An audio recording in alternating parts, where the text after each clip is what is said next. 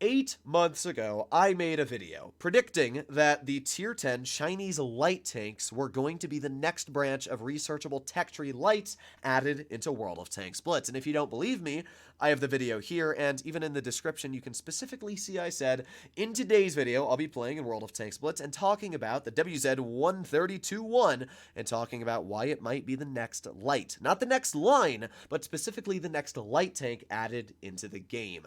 I was spot on with this prediction because, as you can see, Wargaming posted a video a couple days ago, 5, and it specifically says the next researchable vehicles are going to be Chinese light tanks. This tank looks absolutely fantastic. I'm just really happy I was actually able to get this prediction right. A lot of people always doubt my opinions, my predictions, or news info. This right here is perfect, solid evidence on why you should trust what you see in front of you, because I predicted this 8 months ahead of time, and yeah, in fact, I could probably predict that the Rheinmetall Panzerwagen will be the next Tier 10 light tank added into the game, which is the German Tier 10 light. I'm fairly confident that will be the next light tank. The reason it's pretty easy to predict what lights are going to come into the game is because there's not that many. Most of them are just being brought over from World of Tanks PC. And for the most part, there aren't that many on World of Tanks PC. What I really think Wargaming is trying to do here is they're trying to create a light tank for every single nation in the game. So we're going to see one for the European nation in the future. We're going to see one for Germany, as I said, in the future. And we're going to see it for all the nations that don't have light tanks. Maybe even a Japanese light, which would actually be really, really cool. So I am very excited for this tank. It looks like a Type 62 Dragon, and honestly, it's probably going to play like one. In front of you, we have the WZ-132-1 statistically compared to the T100LT. And yeah, I mean, I'm not joking. We already have the stats of this tank as it is in Update 9.4's open test. So not only will we add in the T100LT, but I think another good comparison would be the Vickers Light, just to, really home in the differences between these vehicles. So as you can see, the T100LT and the Vickers Light both have 3,000 damage per minute, very close to each other as well, within really a 10 damage per minute difference. But the WZ-132-1 sits at an outstanding 3,300 damage per minute, meaning that it's 10% higher than both the Vickers Light and the T100LT. It also has pretty good pen at 245, not nearly as good. Oh wait, never mind, I lied. Vickers DPM is much better. Vickers actually has 3,200 DPM. It's that it had Cali for some reason on the vehicle, and the other two had Rammer. Thank you, Wargaming.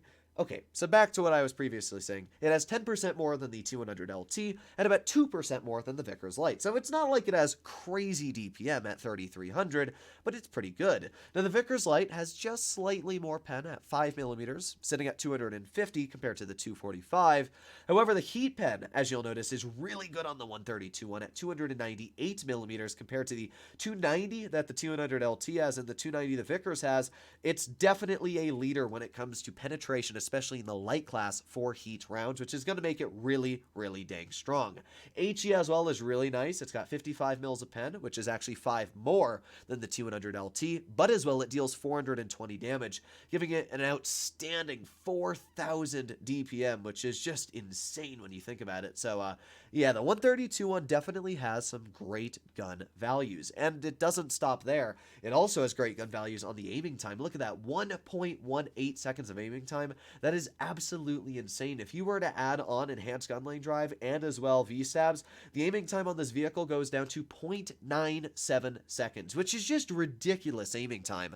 I mean, that's almost as good as a vehicle like the WZ-121, which is going to make this vehicle just insanely accurate when sitting still. Now, the dispersion isn't amazing, but you could always run refined to make it go down to 0.285, or, just chill with 0.317, which is actually pretty good, the same as the T100LT. You will notice there is a bit of a downside when it comes to the movement dispersion, though, sitting at 0.14, which is quite a bit worse than the 0.1 that the T100LT is sitting at. Gun depression as well is a bit of a downside, only sitting at 5 degrees compared to the 10 that a vehicle like the Vickers Light carries. So you can already see that this tank has a lot of aspects of kind of the T100LT. It's got very poor gun depression. It's got super, super accurate gun, pretty similar dispersion. So it really is just kind of a Russian knockoff of a light tank. But It's very different when we break into the armor profile, which you'll see in a moment. Now, when it comes to power to weight and top speed, it's got a top speed of 67 and a reverse of 20, which means it's actually not the fastest by any means when it comes to top speed or reverse. Sure, it's a little bit faster than the Vickers Light at 3%, but its reverse speed is 15% slower than the rest, and actually 25% slower than the T100LT. I don't think it'll be a huge, downside, the fact that you're slowing a little bit on your reverse speed, but it definitely could affect you. The effective power to weight on this tank is sitting at 29.2, which is just a bit worse than actually the effective power to weight on a vehicle, for example, like the Vickers Light, and 8% worse than the effective power to weight. Actually, no, I lied. It's like 30% worse than the effective power to weight on the T100LT. If we were to even compare some mediums, even a lot of mediums, for example, the 30B has an effective power to weight of 38.2. So really, to get a good idea of the effective power to weight, I would say, of a vehicle like the 132-1, we can see here, for example, that the Progetto is a bit on the lower side at 23. The 907's actually got a ridiculous power to weight. The Object 140 sitting at an effective of 40. So really, it's kind of just in between on the mediums. The TVP's 32.5. So it's honestly not that incredible of a tank when it comes to mobility. I mean, even heck, the FE4202's got an effective horsepower of 32.1. So when you add all these kind of factors together, you realize that, yeah, the tank's not incredibly fast. It's got a similar power to weight as the E50M, so not stupid fast on acceleration, but it still will be pretty good. The problem is that you'll notice its terrain resistances are just a lot worse than the other light tanks in the class, which is what kills it, even though its normal power to weight is similar to the T100. The problem is that its effective power to weight is so much worse on the terrain resistances. That's also the same for its traverse speed at 50 degrees a second compared to the 54 and even 56 that the Vickers Light carries. Camouflage as well, same as the Vickers Light, as we can see, 31% compared to the 35% that the T100LT carries. So all the statistics we've seen so far, the LT definitely has the advantage on mobility and camouflage, which is definitely a big advantage. You want to have that when using a light. Now, view range, you can see they're all the same, 274, so you don't have an advantage with view range for any of these tanks. For example, the Sheridan has the highest view range in Tier 10, currently sitting at 296, which is quite a bit better, 8% better than the rest of the light tanks.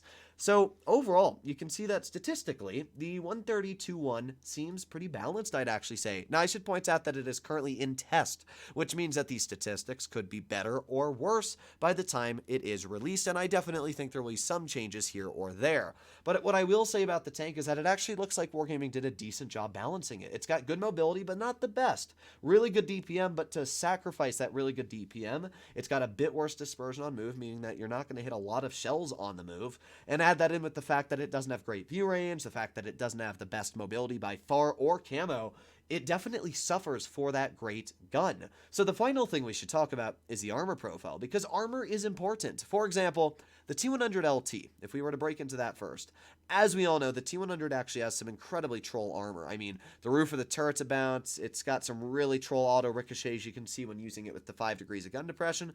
Because of that, I would actually say the T100LT has pretty dang good armor. I mean, you have to load heat to pen it with the Kron, and it's upwards of 240 on that upper plate with only 5 degrees of gun depression. If we compare that to what is the 132-1, the thing has no armor. The upper plate on the tank is sitting at 85 millimeters thick. The lower plate's 57. Side armor, it is spaced. It has a bit of space on the sides, but overall, 25 in the rear at 20. Man, you can definitely see where this tank has its fair share of weaknesses. Now, the entire turret is covered by spaced. So even though if you were to shoot behind the spaced, as you can see, it's pretty weak. I mean, only about 90 to 80. Because it has the spaced armor, it's actually not too bad, and you're not going to be able to HE through the vehicle, which is a nice, little buff. Even the back of the turret, you're not going to be able to HE through because of that spaced armor. But definitely, when it comes to the overall effective armor, lower plate is going to be a massive, massive HE weak spot. For example, let's pull out just an Object 268 and load HE.